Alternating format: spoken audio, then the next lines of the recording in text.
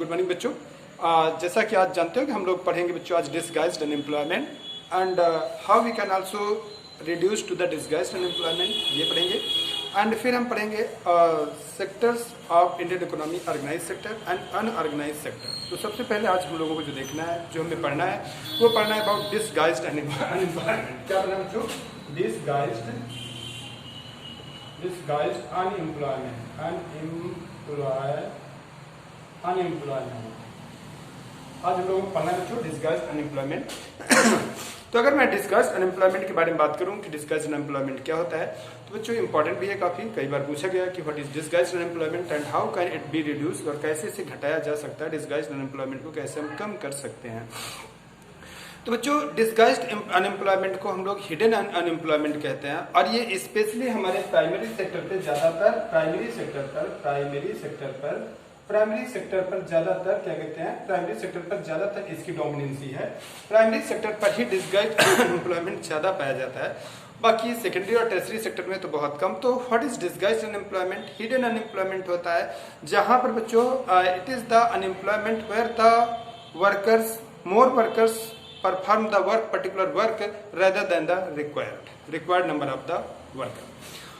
Basic मेरे कहने का मतलब है जहां जरूरत से ज्यादा लोग काम करते हैं उसे बच्चों हम लोग डिसगाइज्ड अनएम्प्लॉयमेंट कहते हैं। जो एक्स्ट्रा लोग हैं जिनकी कोई जरूरत नहीं है, जिनको हटा देने से प्रोडक्शन में कोई इफेक्ट नहीं पड़ेगा, उसे हम लोग कहते हैं बच्चों डिसगाइज्ड अनएम्प्लॉयमेंट। तो how we can also now define to the disguised unemployment that the unemployment which normally looks as a employment, normally those person who are engaged in that particular work are seen or appears to be employed, but actually they are not employed because suppose that in agriculture sector there is a piece of land and very 2 hectare land है, there is only 2 hectare land, and in that 2 hectare land में 10 peoples are performing their agriculture activity, while there is need of only 6 workers and 4 extra family members are engaged in the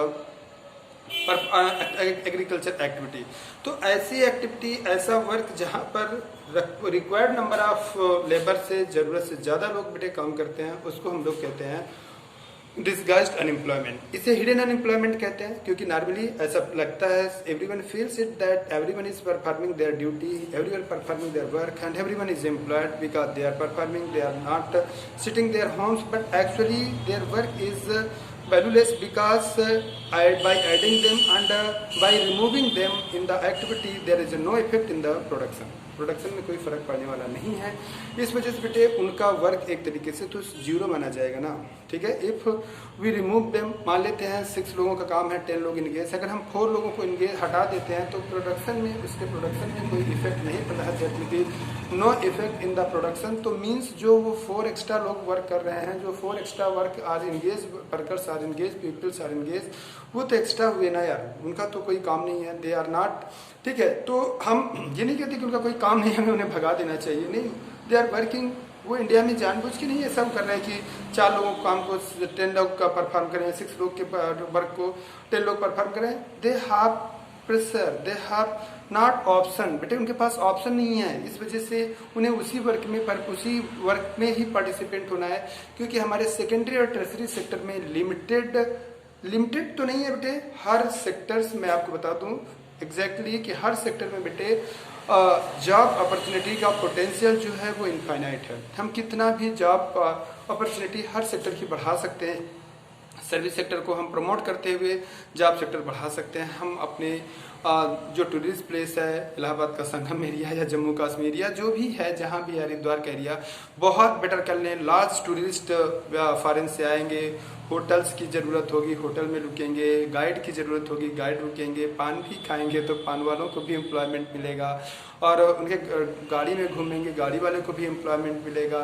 जाके नहाएंगे तो पूजा भी वो देखे सीखे करते हैं, तो जो वहाँ के प्रीस्ट और वो लोग हैं, पंडित जी लोग हैं, उनको भी एम्प्लॉयमेंट मिलेगा। मेरे कहने का मतलब है कि there is a potential, every sector has an infinite potential to create the job opportunity.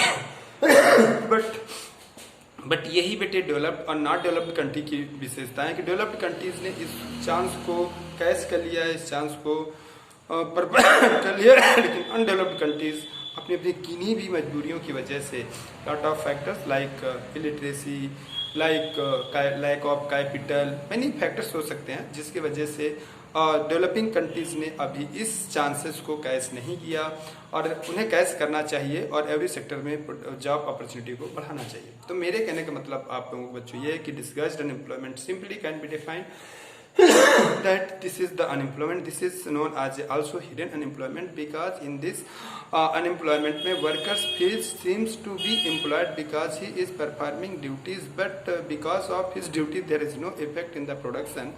या ऐसा मत कहना वो 4 बंदे कौन हैं जिनके वजह से एक्टिविटी में प्रोडक्शन नहीं करता, वो क्लासिफाइड नहीं कर सकता, लेकिन चारों के एवरेज में 10 के एवरेज में 4 हटाए जा सकते हैं। अभी मत कहना कि इन लोगों के करने से काम पैदा नहीं होता, बाकी लोगों करने से पैदा होता है, इस वजह से ये लोग रहेंगे ये लोग हट जाएंगे। नहीं, हम टोटल की बात करते हैं, हम किसी इंडिविजुअल पर्सन की बात नहीं करते कि इनका वर्क 0 है, जो कर रहे हैं वो कर रहे हैं, लेकिन रिक्वायर्ड तो मात्र 6 लोगों की ना यार। जब 4-6 लोग करेंगे तो प्रोडक्शन में चेंजेस होंगे नहीं। तो इस वजह से अब क्या जरूरत है, अनएम्प्लॉयड क्या होते हैं, ये डिस्गाइज्ड अनएम्प्लॉयमेंट क्या होता है, तो everyone is clear now. Normally you can define that the disguised unemployment is also known as a hidden unemployment। in this unemployment the workers work more than the required number of the person, while some persons, if we remove some person there will be no effect in the production, those number of the people by whom removing there is no effect in the productions are known as a disguise, are the part of the disguised unemployment। उतने number आप लोग वो explain नहीं कर सकते कि by name की ये लोग हैं इनके घटा लें, इसको प्रोडक्शन में फर्क नहीं पड़ता। नहीं, नंबर ऑफ पीपल्स वो किसी का भी नाम हो सकता है। तो बच्चों ये डिस्गाइज्ड अनएम्प्लॉयमेंट हुआ, इंपॉर्टेंट है आपके कोर्स में, ठीक है। डिस्गाइज्ड अनएम्प्लॉयमेंट कभी कभी बेटा सीजन पे भी डिपेंड करता है, तो उसे सीजनल अनएम्प्लॉयमेंट कहते हैं। जैसे इंडिया में एग्रीकल्चर सेक्टर में सीजनल अनएम्प्लॉयमेंट खूब मिलता है। जैसे जब हमारा मार्च का महीना आता है या फरवरी मार्च का महीना आता है, देयर इज वर्क काम इन द एग्रीकल्चर फील्ड बहुत ज़्यादा बढ़ जाता है। किसानों को दोपहर से शाम तक, रात तक में काम करना पड़ता है अप्रैल मई तक। और आफ्टर कुछ मंथ के बाद फिर वो घर का खाली बैठ जाते हैं, क्योंकि एग्रीकल्चर एक्टिविटीज़ हमेशा नहीं एक्टिविटी कंटिन्यू होती, तो घर बैठ जाते हैं। या किन्हीं एरियाज में केवल एक ही एग्रीकल्चर क्रॉप उगाई जा सकती है because of the lack of the facilities of the irrigation and many others. तो वो इस वजह से बेटे वहाँ पर सीजनल अनएम्प्लॉयमेंट और भी ज़्यादा इफेक्टिव हो जाता है। तो जब एक पर्टिकुलर सीजन में बंदा बैठा हो तो इसे सीजनल अनएम्प्लॉयमेंट कहते हैं, और जब वर्क से ज़्यादा नीड्स रिक्वायर्ड से ज़्यादा नंबर ऑफ वर्कर्स काम करते हैं तो उसे डिस्गाइज्ड अनएम्प्लॉयमेंट कहते हैं। क्लियर, आप लोगों को समझ में आ गया होगा। नहीं आया होगा तो कल कमेंट्स करिएगा, हम फिर से समझाने की कोशिश करेंगे, ठीक है बच्चों। अब हम आते हैं कि how we can also remove, हम कैसे इस डिस्गाइज्ड अनएम्प्लॉयमेंट को हटा सकते हैं, हमारी सरकार कैसे इस डिस्गाइज्ड अनएम्प्लॉयमेंट से ओवरकम हो सकती है। तो government can overcome by the disguised unemployment by providing the loans, ठीक है, बाय प्रोवाइडिंग द लोन्स, ताकि फार्मर्स अपने एग्रीकल्चर एक्टिविटी के साथ साथ और भी दूसरी एक्टिविटी को कंटिन्यू कर सके। Just like in village area agriculture के साथ साथ एग्रीकल्चर के पहले many other activities can be also run like rearing of animals, ठीक है, रियरिंग ऑफ एनिमल्स बच्चा किया जा सकता है। रियरिंग ऑफ एनिमल्स या एनिमल्स हस्बेंड्री इसे कह सकते हैं, एनिमल्स हस्बेंड्री कह सकते हैं, या पीसी कल्चर कह सकते हैं, पीसी कल्चर किसे कहते हैं बेटा, पीसी कल्चर कहते हैं प्रोडक्शन ऑफ द फिशेज, यानी मछली तालाब खुदवा के बढ़िया मछली का प्रोडक्शन करें, तो that is also known as a pisciculture. तो ये तो सरकार किसान नहीं कर पाते हैं क्योंकि उनके पास बेटा मनी की, you know that most of farmers suffer the lack of the money, वो अपनी बेसिक नीड्स को पूरा करने में ही बेटे व्यस्त हो जाते हैं। इस वजह से वो इस तरीके की एक्टिविटी के बारे में सोच भी नहीं पाते हैं, सोचते भी हैं तो they are helpless to this work because of the lack of the money. तो गवर्नमेंट को बेटा किसानों को सस्ते रेट में लोन प्रोवाइड करना चाहिए सो दैट किसान और भी एक्टिविटीज़ को स्टार्ट कर सके अपने एग्रीकल्चर एक्टिविटी के साथ, और अपने डिस्गाइज्ड अनएम्प्लॉयमेंट या सीजनल अनएम्प्लॉयमेंट से वो ओवरकम हो सके, ठीक है बच्चों। इसके बाद new dams should be constructed, ठीक है, new dams should be constructed का मतलब क्या हुआ बच्चों,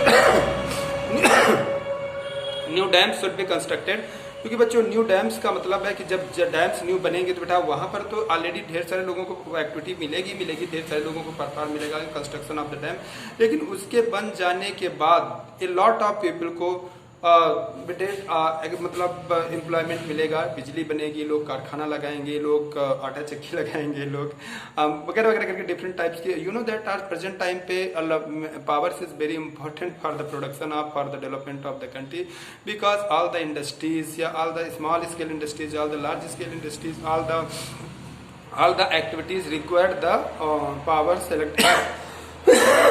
electricity। तो इस वजह से बच्चों डैम्स बना करके ज़्यादा से ज़्यादा इलेक्ट्रिसिटी जनरेट होनी चाहिए ताकि ज़्यादा से ज़्यादा लोगों को जॉब अपॉर्चुनिटी को क्रिएट किया जा सके।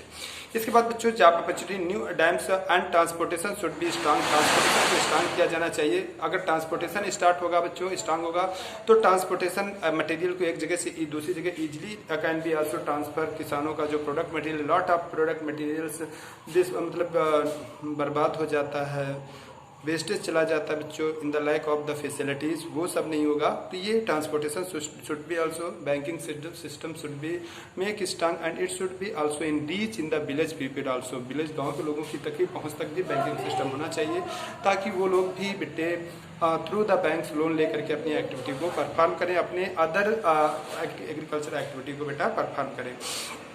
School should be open in the village area so that village की बेटे एजुकेशन एक ऐसा एंटीबायोटिक है जो बंदे की पोटेंशियल या हम कह सकते हैं कि इम्यून सिस्टम को बढ़ा देता है। ठीक है, वही बंदा अगर अनएजुकेटेड है, उससे कह दिया जाए आप इन साहब से बात कर लो तो ही कैन नॉट टॉक, उसे एक हेजिटेशन लगेगा, उसे फियर होगा, डर होगा। लेकिन वही बंदा एजुकेटेड हो जाएगा, उसने कहा हम भी तो एजुकेटेड है, I will talk to that particular person. तो दिस इज आल्सो ये भी तो होता है। तो एजुकेशन एक ऐसा बूस्ट होता है, एजुकेशन एक ऐसा बच्चों एक ऐसा एंटीबायोटिक होता है which can increase the immune system of every और हर इवेज। कहते हैं ना कि जैसे कुछ दवाइयाँ होती है, पेंसिलिन होती है, एंटीबायोटिक होती है, किसी भी बीमारी में दे दो, वायरस को मारना है। अब इस वायरस के बारे में बात मत करना, which is also as creating the terror. तो उसकी भी बन जाएगी, डोंट केयर, ज़्यादा दिन वेट नहीं करना। तो मेरे कहने का मतलब है बच्चों कि वो जो तो एजुकेशन एक ऐसी एंटीबायोटिक है जो हर मर्ज की दवा है। किसी भी बीमारी को किसी भी सेक्टर में या किसी भी फील्ड